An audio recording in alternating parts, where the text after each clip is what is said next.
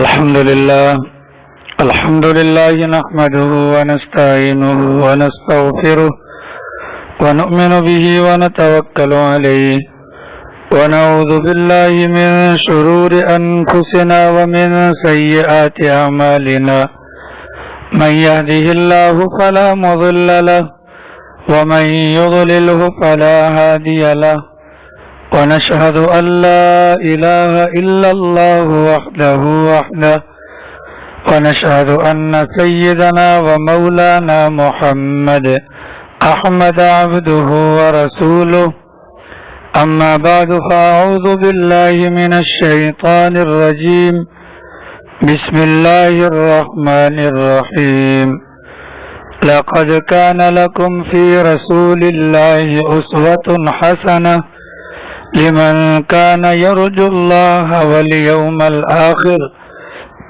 سبحان ربك رب العزة عما يصفون وسلام على المرسلين والحمد لله رب العالمين اللهم صل على سيدنا ومولانا محمد وعلى آل سيدنا ومولانا محمد وبارک وسلم۔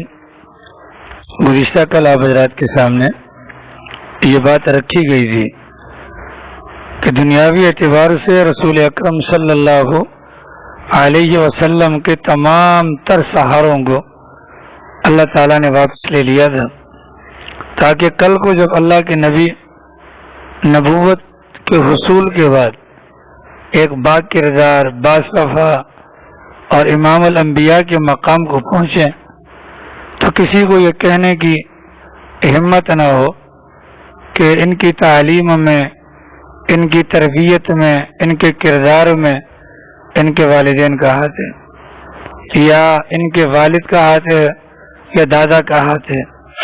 تمام تر مضبوط سہاروں کو اللہ تعالیٰ نے واپس لے لیا۔ جب سرکار دو عالم صلی اللہ علیہ وسلم کی عمر مبارک 35 سال ہوئی تو کل آپ کے سامنے یہ بات رکھی گئی تھی۔ اس زمانے کے اندر کعبۃ اللہ کی تعمیر کا معاملہ ہوا۔ اس نیکی کے کام میں رسول اکرم صلی اللہ علیہ وسلم نے اپنے خاندان کے ساتھ، لوگوں کے ساتھ مل کر کعبۃ اللہ کی تعمیر کے اندر بھرپور حصہ لیا۔ اب آگے سرکار دو عالم صلی اللہ علیہ وسلم کی عمر مبارک 40 سال کے قریب ہے، 5 سال کا فرق ہے۔ تو آگے چل کر اللہ تعالیٰ نے اللہ کے نبی علیہ السلام کو مبعوث فرمانا ہے، اور وحی کے نزول کے معاملات ہیں۔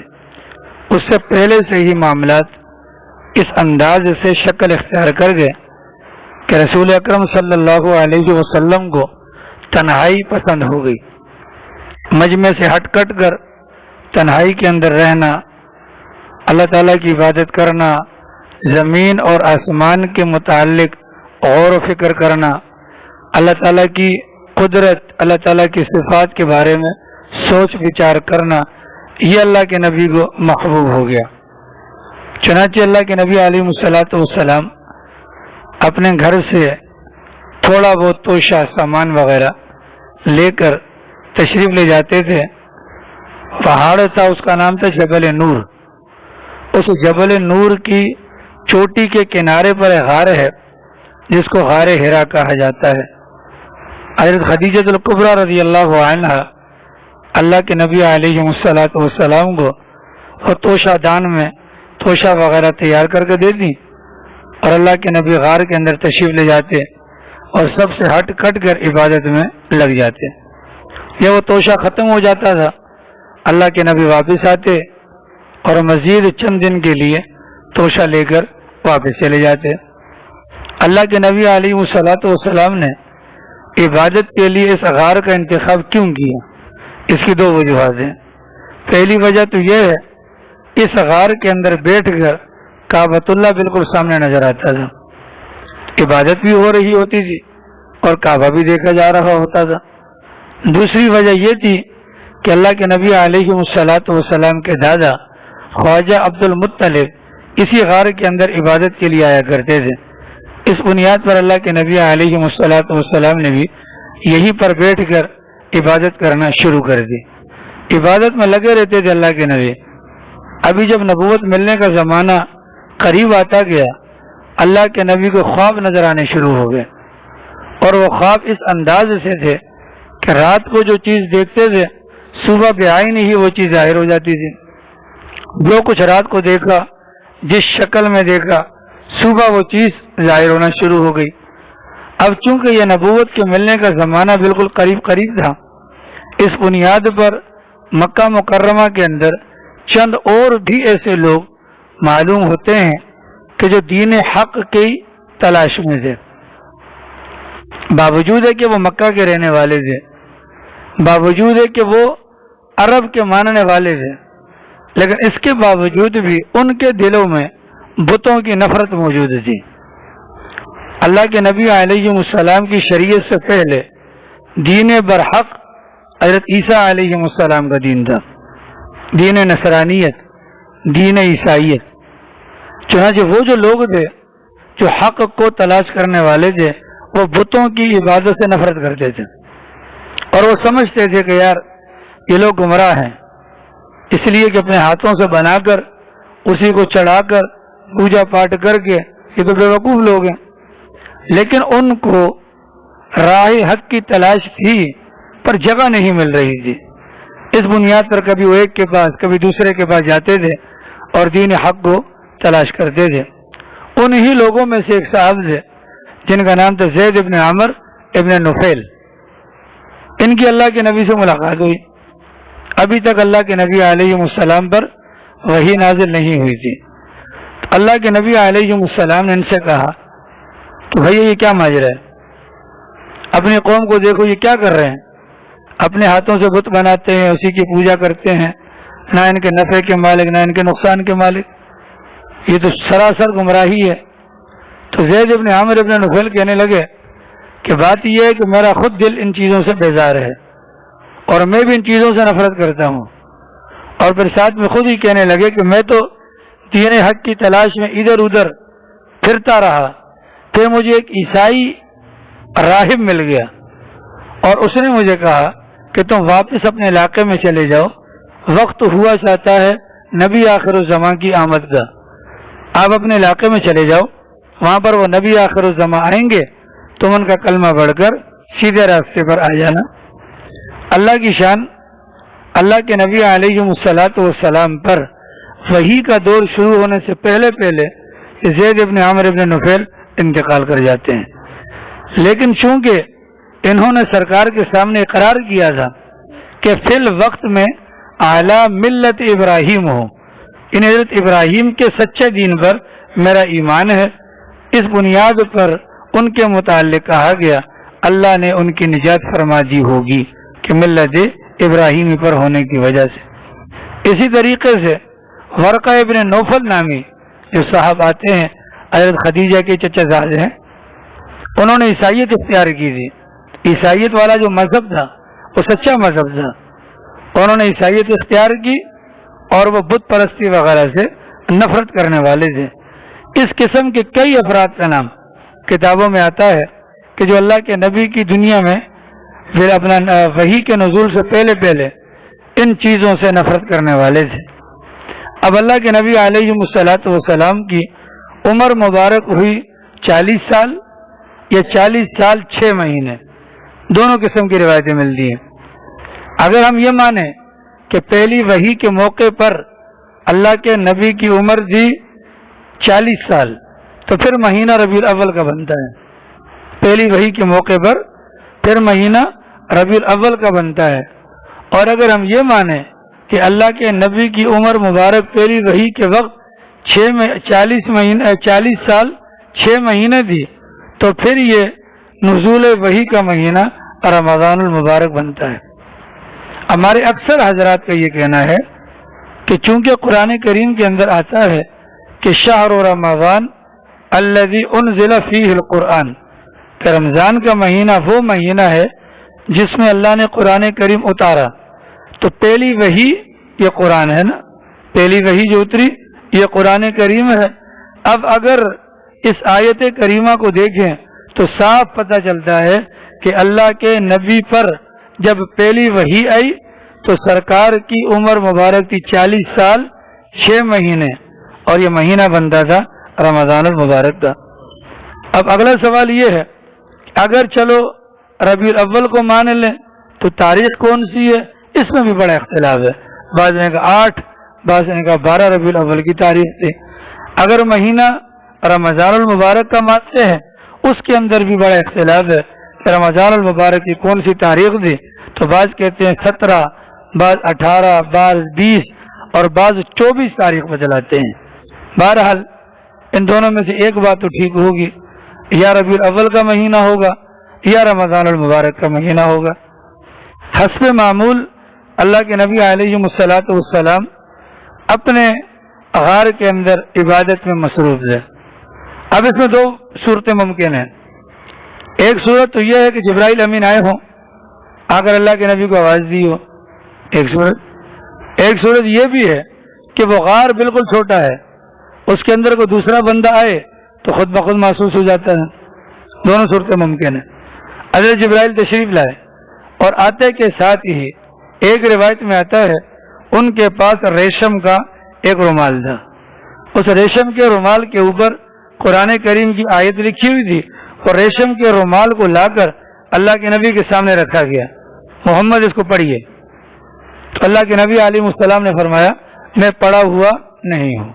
اور ایک روایت میں آتا ہے نہیں، ریشم وغیرہ نہیں تھا، بلکہ آتے کے ساتھ ہی جبرائیل امین علیہ السلام نے اللہ کے نبی کو کہا کہ اے محمد پڑھیے، تو سرکار نے فرمایا میں پڑھا ہوا نہیں ہوں۔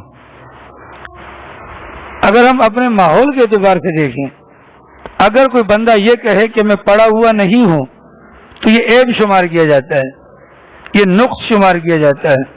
لیکن اللہ کے نبی کا یہ کہنا کہ میں پڑھا ہوا نہیں ہوں، یہ اللہ کے نبی کی بہت بڑی خاصیت ہے، اس لیے کہ قرآن کریم کے اندر اللہ کے نبی علیہ الصلوۃ والسلام کی اس بات پر تعریف ہوئی ہے، النبی الامی، یعنی وہ نبی جو پڑھنا لکھنا نہیں جانتے تھے، یہ اللہ کے نبی کی تعریف ہوئی ہے۔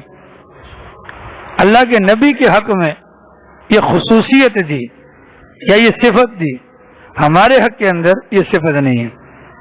میں نے کل آپ کو بتلایا اللہ کے نبی علیہ الصلوۃ والسلام کی تربیت بچپن سے ہی کمال درجے کی اللہ نے فرمائی، کسی کو بیچ میں آنے نہیں دیا، تمام سہارے چھوٹتے گئے۔ پھر اللہ کے نبی کی جو جوانی ہے وہ پاکیزہ ہے، صاف ہے، شفاف ہے۔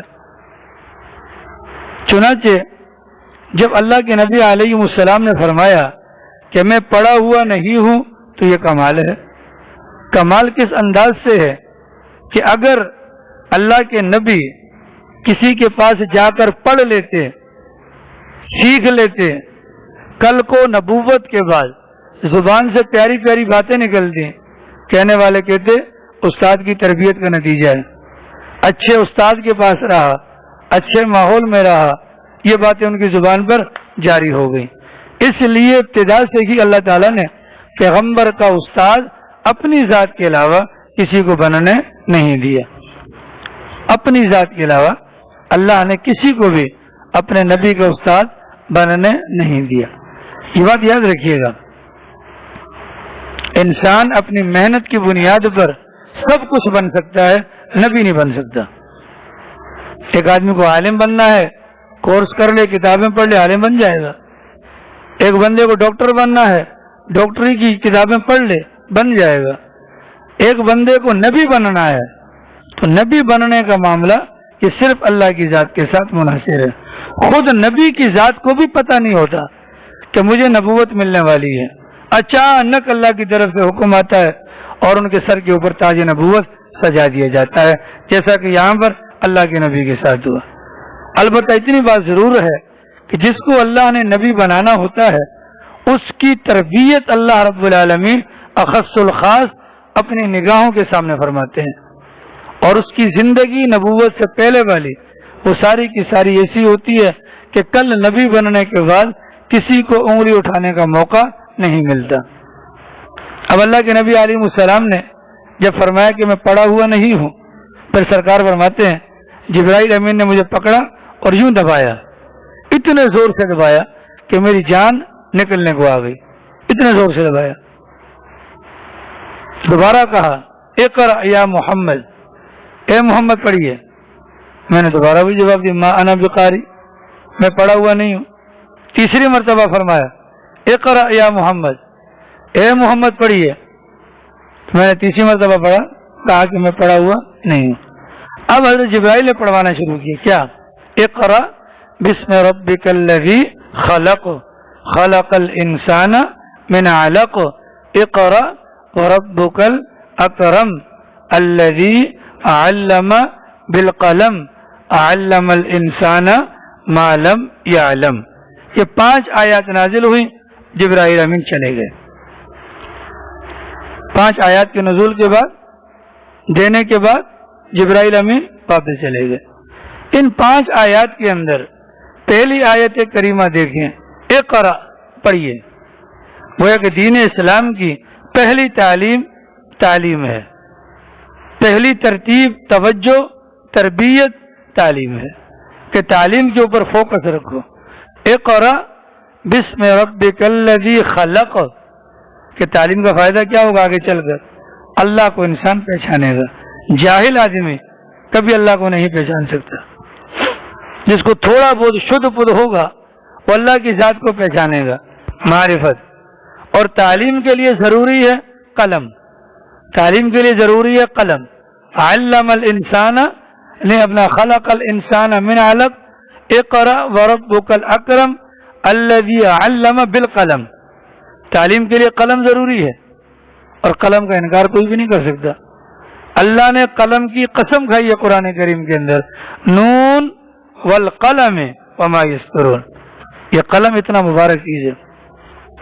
قلم علم کا ذریعہ۔ آج ہمارے سامنے جتنی بھی کتابیں موجود ہیں یہ قلم کی برکت ہے۔ قلم نہ ہوتا، لکھی نہ جاتی تو ہم کیسے فائدہ اٹھاتے؟ اب اگر ہمارے ذہن میں یہ بات آتی ہے کہ جی موجودہ زمانے کے اندر تو قلم کی ضرورت ختم، موبائل فون آ گئے، کمپیوٹر آ گئے، آلات آ گئے، اب وہ قلم والی ضرورت نہیں ہے، تو جناب یہ جو موجودہ زمانے کی جتنی بھی چیزیں ہیں، کمپیوٹر لے لیں یا وغیرہ وغیرہ، یہ قلم کی شکل بگڑی ہے، یہ بھی قلم ہے۔ قلم کا کام بھی لکھنا ہوتا ہے، ان کا کام بھی لکھنا ہوتا ہے۔ اللہ تعالیٰ نے عام انسانوں میں اور نبی میں یہ فرق رکھا ہے۔ قلم کے ذریعے سے جس کو علم دیں گے اس کو عام انسان کہا جائے گا، بغیر قلم کے ذریعے سے جس کو علم دیں گے اس کو نبی کہا جائے گا۔ نبی کو لکھنا پڑھنا نہیں آئے گا، بغیر قلم کے، بغیر کسی کے سامنے گھٹنا ٹیکے، بغیر کسی مدرسے یا اسکول میں گئے، بغیر قلم کے استعمال کے جو علم حاصل ہوگا وہ نبی کو ہوگا، اور اس کو وحی کا نام دیا جاتا ہے۔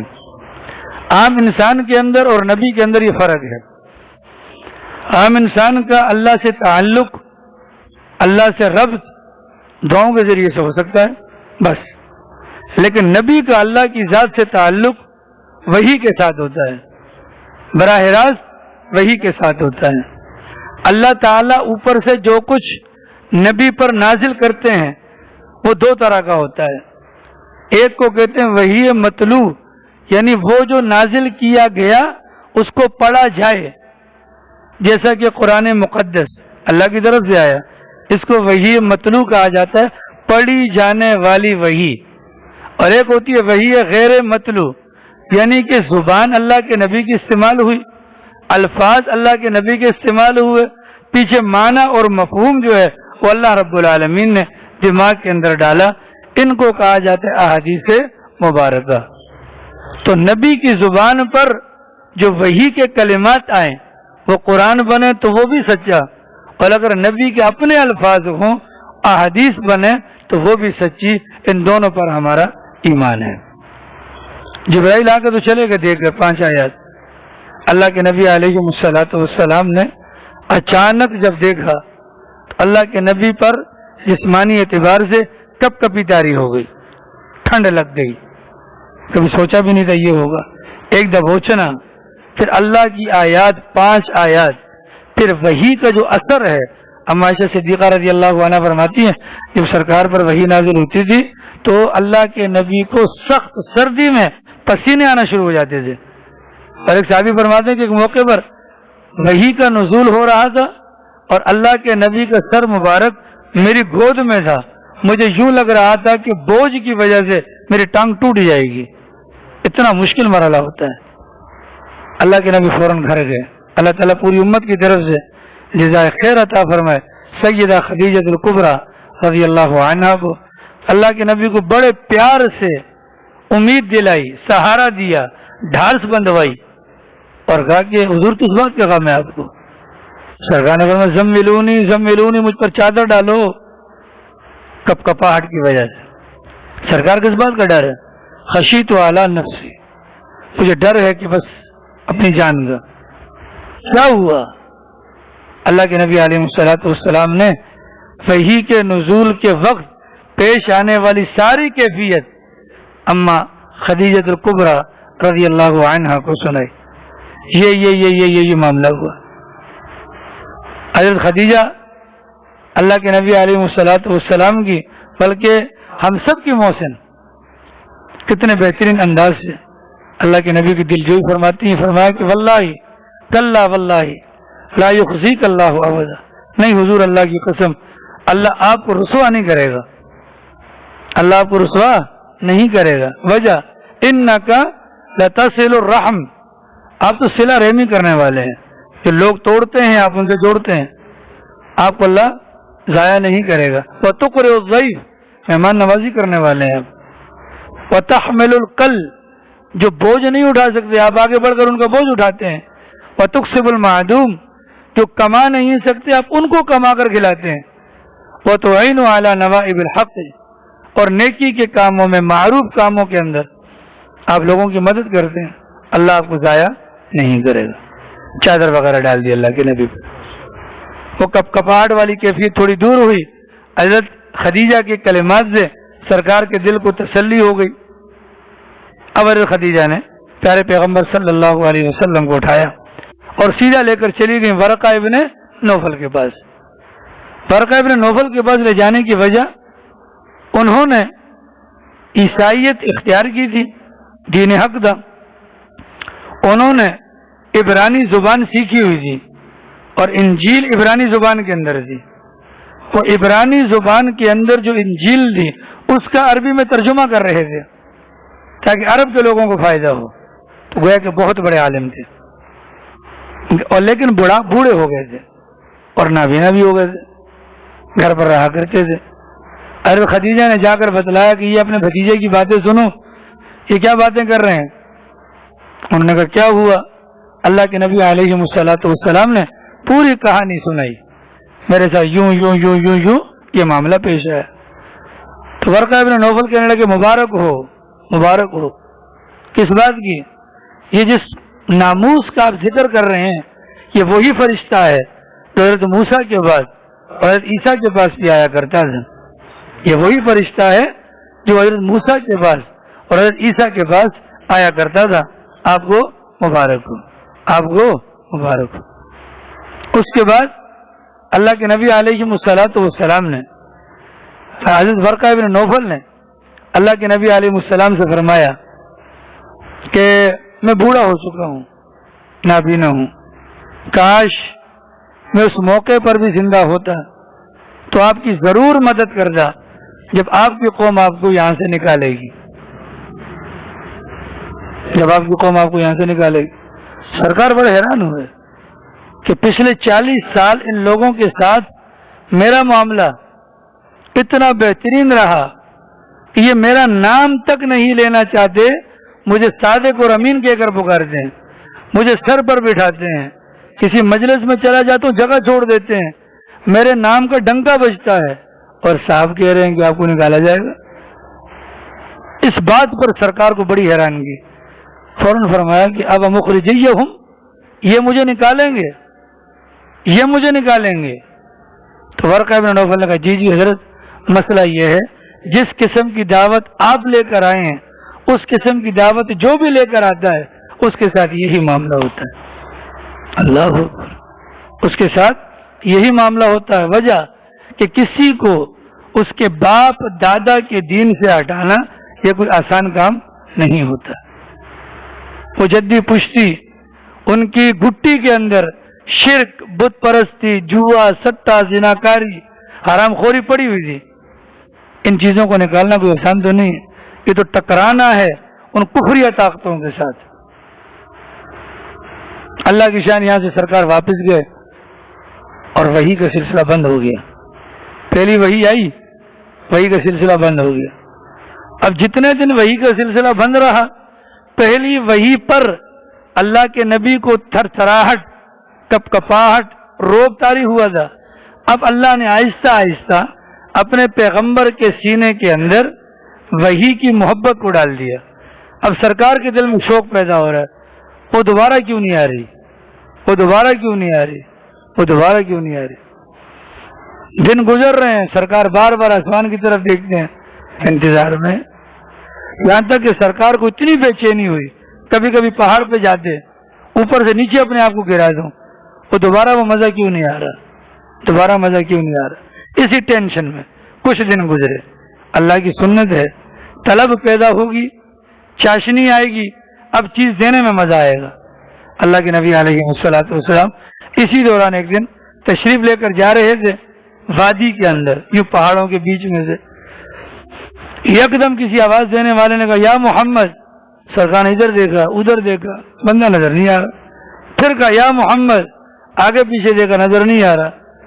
تیسری مرتبہ کہا یا محمد. سرکار نے اوپر دیکھا تو پوری کی پوری فضا بھری ہوئی ہے جی. ایک صاحب ہیں صوفہ لگا کر بالکل بیچ میں بیٹھے. کون ہے وہ وہی جو غار کے اندر آئے تھے، حضرت جبرائیل علیہ السلام. خالی دو پر کھولے ہوئے ہیں، ٹھیک ہے، اور مشرق کو مغرب کو ڈھانپا ہوا ہے. خالی پوری جو جگہ ہے اس کے اندر کرسی ہے اور ہر طرف جبرائیل اور جبرائیل نظر آ رہے. سرکار نے یکدم دیکھا تو بے ہوش ہو گئے، ایک دم غشی طاری ہو گئی اور بے ہوش ہو گئے اور وہیں پر سرکار لیٹ گئے. اللہ رب العالمین نے اس موقع پر اللہ کے نبی علیہ السلام پر مزید آیات کریمہ نازل فرمائی. یا ایھا المدثر قم فانذر وربک فکبر وثیابک فطہر والرجز فاہجر. یہ 5 آیات آئیں. یہ اب جو سلسلہ شروع ہوا وحی کا، پھر یہ مرتے دم تک رہا، پھر ختم نہیں ہوا. وہ شروع میں چند دن کے لیے وحی کا سلسلہ رک گیا تھا. بعض روایات کے اندر آتا ہے جبرائیل امین کو دیکھ کر سرکار بے ہوش ہوئے. حضرت جبرائیل نے اٹھایا اور اٹھانے کے بعد اللہ کے نبی کو وضو کا طریقہ سکھلایا اور نماز کا طریقہ سکھلایا. لیکن نماز وہ والی نماز نہیں جو ہم پڑھتے ہیں. ہماری والی نماز تو معراج میں آئی ہے. یہ وہ نماز تھی کہ 2 رکعت فجر، 2 رکعت عشاء مغرب اثر، 2 رکعت فجر، 2 رکعت اثر کی تعلیم دی اور اس کے بعد جبرائیل امین چلے گئے. اب جب کہا کہ قم فانذر، اٹھیے ڈرائیے لوگوں کو، ڈرانا ہے جی. اب تو کام شروع ہو گیا نا جناب. جب اللہ نے کہا کہ قم کھڑے ہو جائیے، پھر اللہ کے نبی انتقال کے وقت تک لیٹے نہیں ہیں. مطلب یعنی کہ چلتے رہے پھر 23 سال تک رچ کر محنت کی، دعوت دی. سب سے پہلے دعوت دینی کس کو دیں جی؟ گھر سے شروع کرے. بی بی خدیجہ الکبریٰ رضی اللہ عنہا کو دعوت دی. پہلی مبارک خاتون ہیں کہ جنہوں نے نبی آخر الزمان کے ہاتھ پر سب سے پہلے اسلام قبول کیا. سب سے پہلے ہاتھ بحیثیت مسلمان ہونے کے حضرت خدیجہ کا سرکار کے ہاتھ میں آیا. ان کو دے دیجیے، کلمہ پڑھا دیا. گھر کے اندر کے افراد سے تعلیم شروع ہو رہی ہے جی. حضرت خدیجہ ایمان لے آئی. گھر کے اندر ایک ہیں غلام زید ابن حارثہ. زید ابن حارثہ کون ہے جی؟ یہ زید ابن حارثہ، ان کو اغوا کر لیا تھا بچپن میں. اغوا کرنے کے بعد ان کو بازار میں بیچ دیا. مکہ مکرمہ کے بازار میں پہنچے تو حضرت خدیجہ کے پھوپھی زاد ہیں حکیم ابن حزام، انہوں نے خرید لیا 400 درہم کا. خرید کر لا کر حضرت خدیجہ اپنی پھپھو کو دے دیا، یہ آپ کا غلام ہے. حضرت خدیجہ کی اللہ کے نبی سے شادی ہوئی. اللہ کے نبی نے، حضرت خدیجہ نے اللہ کے نبی کو دے دیا، یہ آپ کی خدمت کرے گا. ان کے جو والد تھے وہ وہاں پریشان تھے، بیٹے کے غم میں روتے تھے. کوئی بھی قافلہ سامنے سے گزرتا نا تو رو رو کا اشعار پڑھتے اور کہتے کسی کو میرے نور نظر زید کا پتہ ہو تو مجھے ضرور خبر کرنا. وہ قافلہ کی حاجیوں کا جا رہا تھا، وہ مکہ مکرمہ گئے، وہاں پتہ چلا کہ زید یہاں پر ہے. اس قافلے والوں نے جا کر ان کے والد کو بتلایا کہ تمہارا بیٹا مکہ مکرمہ میں ہے. یہ یہاں سے حضرت زید کے والد اور چچا بھاگ گئے، مکہ مکرمہ پہنچے، اللہ کے نبی سے ملاقات ہوئی. ابھی سرکار نے اعلان نبوت نہیں فرمایا، تو اس سے پہلے کی بات ہے. یہ ملاقات ہوئی، انہوں نے کہا کہ جتنا مال چاہیے دینے کو تیار، ہمارا بیٹا دے دے. سرکار نے کہا نا مال وال کی بات نہیں کرو بھائی، میں بچے کو بلاتا ہوں، زبردستی نہیں ہے. وہ آپ کے ساتھ جانا چاہتے ہیں چلا جائے، میرے پاس رہنا چاہتے ہیں میں زبردستی نہیں کروں گا. حضرت زید کو بلایا، اللہ کے نبی نے پوچھا ہاں زید یہ کون ہے؟ حارثہ. یہ کون ہے؟ کعب. یہ ابا، یہ چاچا. اچھا بھی تمہیں لینے کے لیے آئیں گے؟ میں تو نہیں جاؤں گا، میں تو نہیں جاؤں گا. سرکار نے ان کو ان کی مرضی پر چھوڑا تو باپ اور چچا چیخنے لگے ارے زید آزادی پر غلامی کو ترجیح دیتے ہو. اس نے کہا نا ایسی غلامی پر ہزاروں آزادیاں قربان، میں ان کو نہیں چھوڑ سکتا. اللہ کے نبی علیہ الصلوۃ والسلام حضرت زید کی بات سے اتنے خوش ہوئے کہ فوراً حضرت زید کا ہاتھ پکڑا اور لے کر کے باہر جہاں پر لوگ بازار وغیرہ کے اندر تھے اور سب کو کہا کہ لوگوں اللہ کو گواہ بنا کر کہتا ہوں میں نے زید کو آزاد کر دیا اور اپنا بیٹا بنا لیا. اتنی بڑی قربانی دی. چنانچہ نبی پاک صلی اللہ علیہ وسلم حضرت زید سے اتنی محبت کرتے تھے کہ ایک موقع پر گھر کے اندر کہیں تھوک دیا حضرت زید نے، تھوک جیسے ہوتا ہے، یہ منہ سے بلغم گر گیا. حضرت عائشہ اٹھی صاف کرنے کے لیے، اللہ کے نبی نے ان کو منع کیا، آپ ہٹیں میں خود کروں گا. اتنی محبت کرتے تھے. ایک موقع پر حضرت زید کہیں گئے ہوئے تھے تو واپس آئے، اللہ کے نبی علیہ الصلوۃ والسلام اتنی محبت فرماتے تھے ان کے کھٹکھٹانے کا انداز بھی سرکار پہچان جاتے تھے. اللہ کے نبی گھر پر تھے، قمیض اتاری ہوئی تھی گرمی کی وجہ سے، دروازے پر نوک ہوئی، اللہ کے نبی اتنا تیزی سے گئے دروازے کی طرف، قمیض مبارک بھی اتری ہوئی تھی، چادر بھی اتر گئی، اور زید کو گلے سے لگا کر چومنا شروع کیا اور پیار کرنا شروع کیا. اتنی محبت فرماتے تھے. جب تک حضرت زید زندہ رہے اس وقت، اور جب حضرت زید کا انتقال ہوا اور اس کے بعد ان کے بیٹے اسامہ بن زید تھے، ان سے بھی سرکار بڑی محبت فرماتے تھے. چنانچہ حضرت زید نے بھی کلمہ پڑھ کر ایمان قبول کر لیے.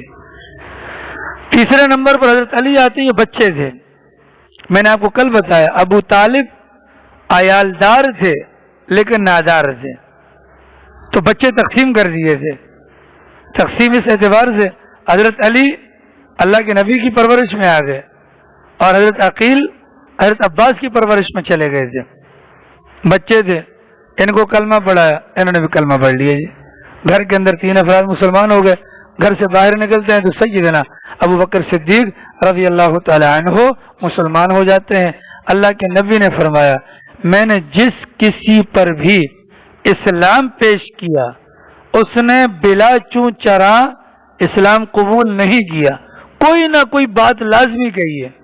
اچھا یہ کیا ہے؟ یہ بھی تو بات ہے نا. اچھا جی یہ کیا ہے؟ اچھا جی کچھ بتائیں. فرمایا واحد ابو بکر صدیق رضی اللہ عنہ ہے کہ جب میں نے ان پر اسلام قبول کیا انہوں نے کہا حضور ہاتھ لائیے، بس اگلی بات نہیں کی. ابو بکر صدیق رضی اللہ تعالی عنہ مردوں میں سے پہلے مسلمان، بی بی ختیجہ عورتوں میں سے پہلی مسلمان، زید ابن حارثہ غلاموں میں سے پہلے مسلمان، حضرت علی بچوں میں سے پہلے مسلمان. لیکن اگر آپ مجموعی اعتبار سے بات کریں اس امت کا سب سے پہلا مسلم تو وہ سیدہ خدیجہ الکبریٰ رضی اللہ تعالی عنہ بنتی ہیں. اس کے بعد حضرت ابوبکر صدیق رضی اللہ تعالی عنہ کی محنت سے بہت سارے لوگ دائرہ اسلام میں داخل ہوئے، اس کو انشاءاللہ کل بیان کیا جائے گا. آمین برحمتک یا ارحم الراحمین.